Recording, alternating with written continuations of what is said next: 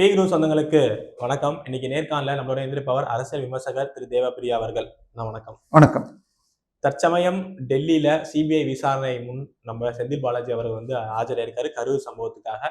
அவர் கண்டிப்பா விசாரிக்கப்பட்டே ஆக வேண்டும்னு பாஜக முன்னாள் தலைவர் அண்ணாமலை அவர்கள் சொல்றாரு. என்னைய கூப்பிட்டா கூட நானும் போய் ஆஜராகி சொல்லுவேன், இதுல என்ன பயம் அப்படின்னு சொல்லிட்டு திரு எம்.ஆர். விஜயபாஸ்கர் அவர்கள் அதிமுக முன்னாள் அமைச்சர் அவர் சொல்றாரு. ஆனா என்னைய கார்னர் பண்றாங்க, மருத்துவமனையில இருக்கவங்க கூப்பிட்டாங்கன்னா எல்லாரையும் தானே கூப்பிடணும், ஏன் என்னைய மட்டும் கூப்பிடுறாங்க அப்படிங்கிறது இவர் தரப்பு வாதமா இருக்கு. என்ன நடக்குது டெல்லியில? மீண்டும் சிக்கலா செந்தில் பாலாஜி? 41 பேர் ஒரு பொது நிகழ்ச்சியில் இறந்துள்ளார்கள். இது நடந்த விஷயம்.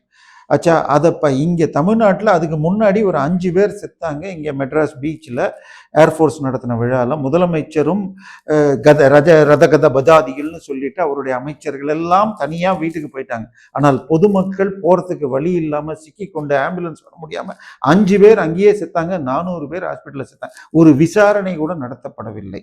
ஏஆர் ரஹ்மான் கான்சர்ட்னு ஒன்று ஈசிஆரில் நடந்த இடத்துல பெண்கள் மீது கை வைக்கப்பட்டதுன்னு வீடியோ ஆதாரத்தோட வந்தது. எந்த விசாரணையும் நடக்கல. ஏன்னா எல்லாத்துக்கும் திமுக தொடர்பு. நீங்க சொல்ற இந்த சம்பவம் நடந்து 12 மணி நேரத்திற்குள்ள ஒரு விசாரணை கமிஷனே ஒரு நபர் விசாரணை கமிஷன் அமைக்கப்பட்டதுன்னு அறிக்கை. அந்த நீதிபதியும் உடனே அங்க வந்துடுறார் ஸ்பாட்டுக்கு. அதாவது ஒரு நீதிபதியை போட்டா கெசட்ல போட்டு இது பண்ணி அதுக்கு பிறகுதான் அவர் வரணும். ஆனால் அவர் வராரு. இது பத்தாதுன்னு சொல்லி ஒரு வழக்கு போடப்பட்டு அது ஒரு குறிப்பிட்ட விடுமுறை கால பெஞ்சு கிட்ட போக அதுல பிரேயருக்கு சம்பந்தமே இல்லாம ஒரு நீதிபதி சில தீர்ப்பை கொடுக்கிறார். விஜய் அந்த பாதிக்கப்பட்ட அல்லது அந்த மீட்டிங் யாருக்காக நடந்தது, தாவேகா விஜயை பற்றி தலைமை பண்பே இல்லைன்னு நீதிபதி அந்த பிரேயர்ல அதுவே கிடையாது. அந்த இதுல கேட்கப்பட்டதே இது போன்ற நிகழ்ச்சிகளுக்கு மினிமம் இது ஸ்டாண்டர்ட் ஆப்ரேட்டிங் ப்ரொசீஜர் ஃபிக்ஸ் பண்ணணும்னு. அதுக்கும் தானா சம்பந்தமே இல்லாம விஜயை விமர்சித்துட்டு அதுக்கப்புறம் ஒரு நபர் கமிஷன் ஒரு ஐபிஎஸ் ஆஃபீஸர் போடுறாரு.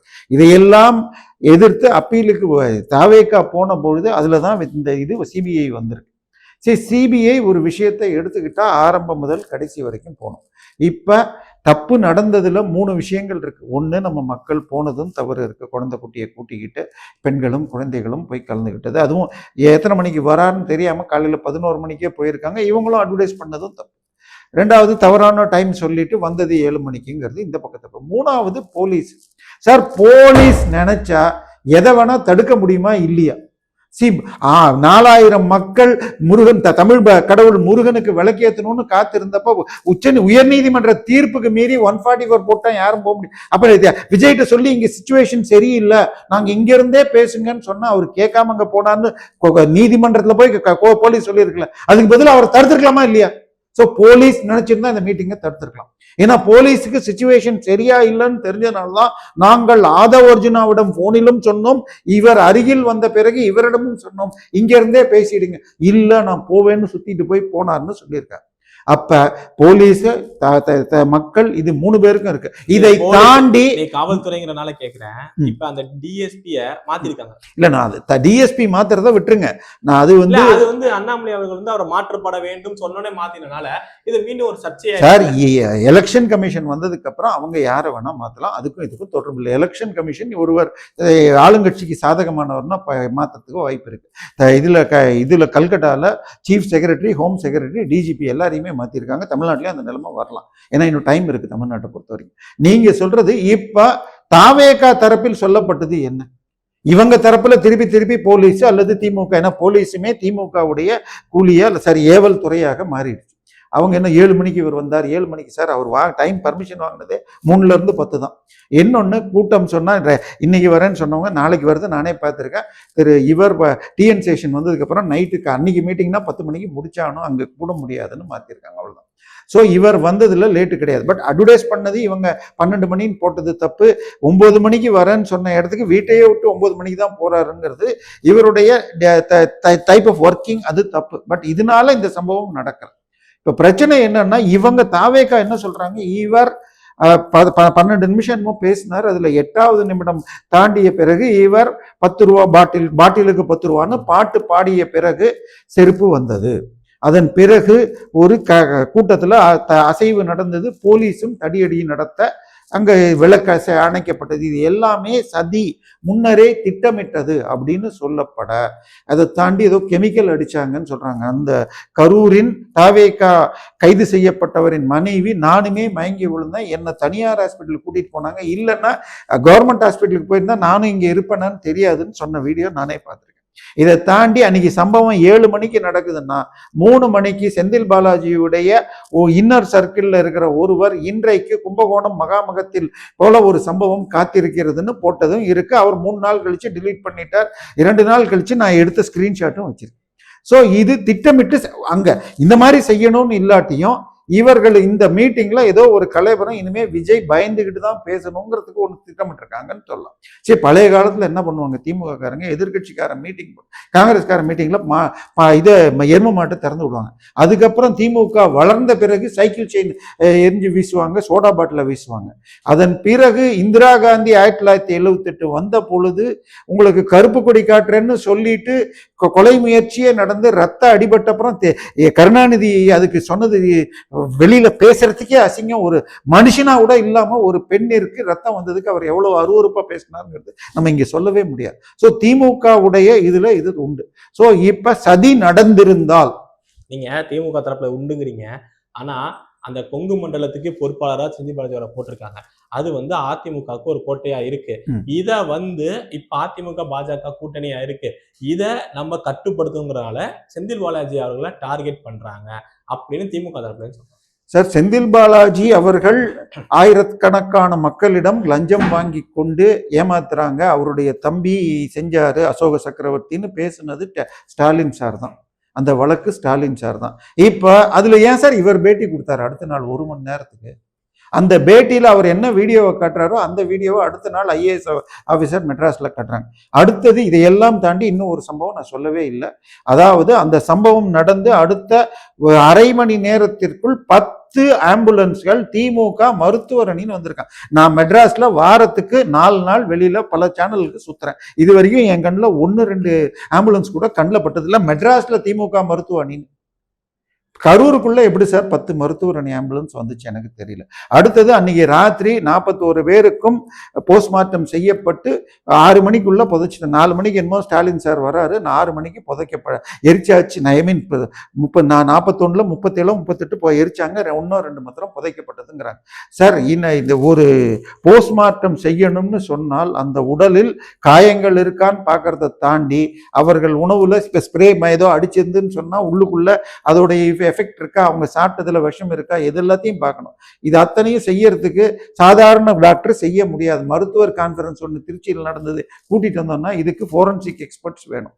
ஸோ எல்லாமே சதி கோட்பா. இன்னொன்று, நம்ம ஊரில் சொந்தக்காரங்க வராமல் உடம்பு இது பண்ண மாட்டாங்க. 6 மணிக்குள்ளே அப்படி இது பண்ண வேண்டிய அவசியம் என்ன?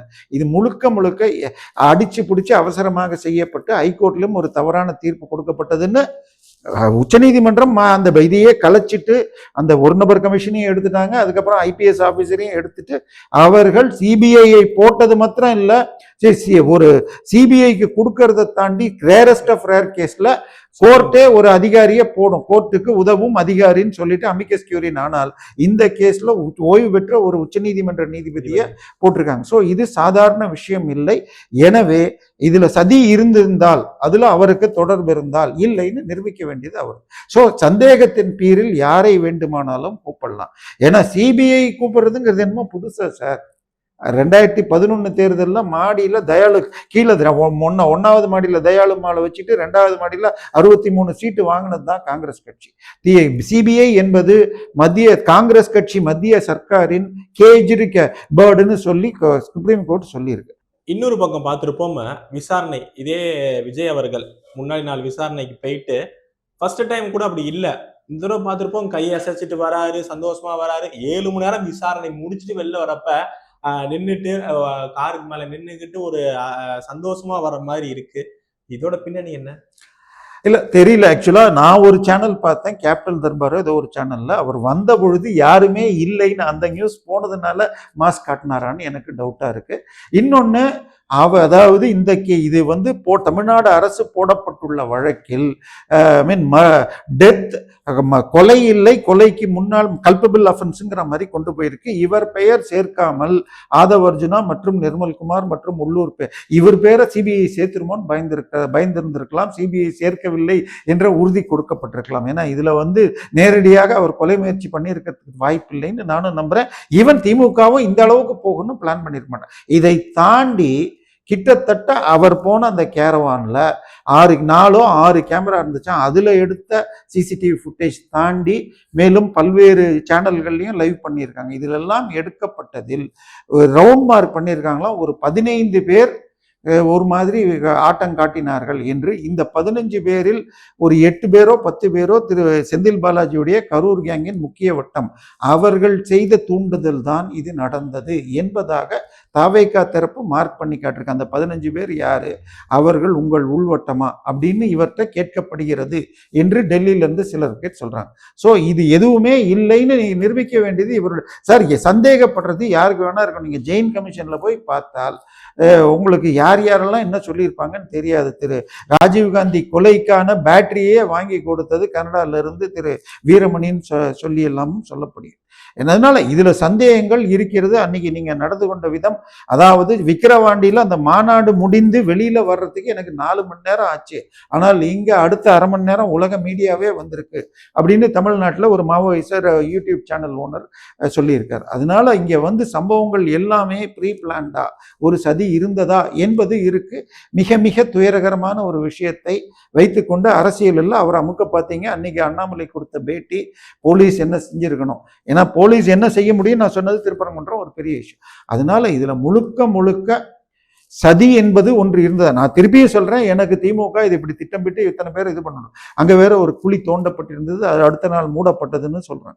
சோ இது எல்லாத்தையும் விளக்க வேண்டிய எவ்வளவு பெரிய பின்னடைவு செந்தில் பாலாஜி அவர்களுக்கு. ஆல்ரெடி ஒரு கேஸ்னால பதவியை இழந்து இருக்காரு. இப்ப மீண்டும் ஒரு சிபிஐல ஒரு இதுல இப்படி மாட்டிருக்கிறது எவ்வளவு பெரிய மீண்டும் செந்தில் பாலாஜிக்கு பின்னடைவு. சார், சிபிஐல என்கொயரியில எதுவுமே என்கொயரிங்கிறது ஒன்றும் கிடையாது. இது குற்றம், மிகவும் பிற்படுத்தப்பட்ட ஜாதியை சேர்ந்தவர்களில் ஜாதி பெயர் சொல்லி இழிவு செய்தார்னு தண்டனையை நிறுத்தி வச்சுட்டு இன்னைக்கு எதிர்கட்சி தலைவரா ஒருத்தர் உட்கார்ந்து இருக்காரு. அந்த வழக்க கூட முடிக்காம அரசியல் விஞ்ஞானி ராகுல் காந்தி உலகம் ஃபுல்லா போய் பேசிக்கிட்டு இருக்காரு. அச்சா, அவரு கேட்டிருக்காரு நேத்தைக்கு அப்போலோ ஹாஸ்பிட்டல்ல போனா டாக்டர்லாம் என்னென்ன எத்தனை பேர் எந்த ஜாதின்னு கேட்கிறேன். நான் சொல்றேன், உன் வக்கீல்ல எத்தனை பேர் பிசின்னு சொல்லு, எத்தனை பேர் எஸ்சின்னு சொல்லு. உனக்கு வாதாடின வக்கீல் அபிஷேக் மனு சிங்வி பிராமணர், கபில் சிபல் பிராமணர், இந்த லிஸ்ட்ல நான் போட்டேன். ஏன் அதெல்லாம் ஆடிட்டர் எத்தனை பேர் என்ன ஜாதின்னு பாக்குறியா?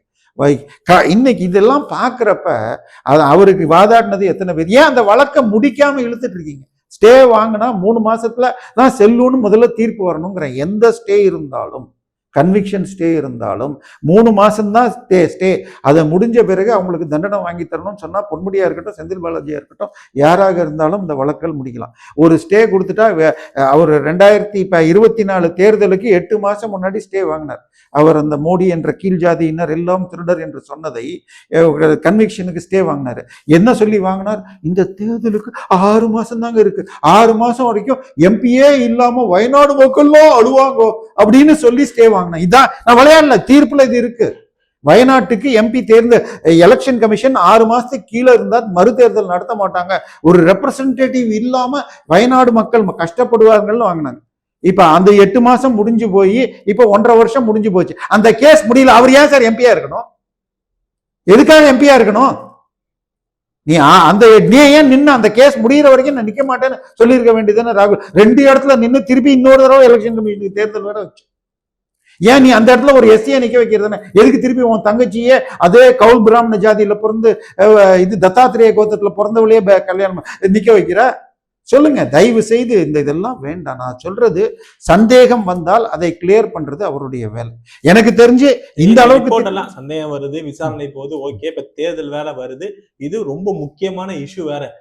இது வந்து தேர்தல் ஏதாவது பாதிப்பு கொண்டு வருமா? யாருக்கு பின்னடைவு, யாருக்கு சாதகம்? சார் தேர்தலில் பாதிப்பு வரணும்னா 2024 தேர்தல் எப்படி ஜெயிச்சிங்க? அவர் பேர்ல இருக்கிற எல்லா வழக்கும் பழைய வழக்கு தான். இல்ல இப்ப சிபிஐ விசாரணை அறிக்கை வந்து தேர்தலுக்கு முன்னாடியே கொடுக்குமா இல்ல எப்படின்னு கேக்குறேன். சார் இந்த மாத கடைசிக்கு முன்னாடி பிரிலிமினரி ரிப்போர்ட் கம்பல்சரியாக கொடுத்தாக வேண்டும். ஸோ கண்டிப்பாக தேர்தலுக்கு முன்னாடியே வரப்போகுது ரிப்போர்ட்.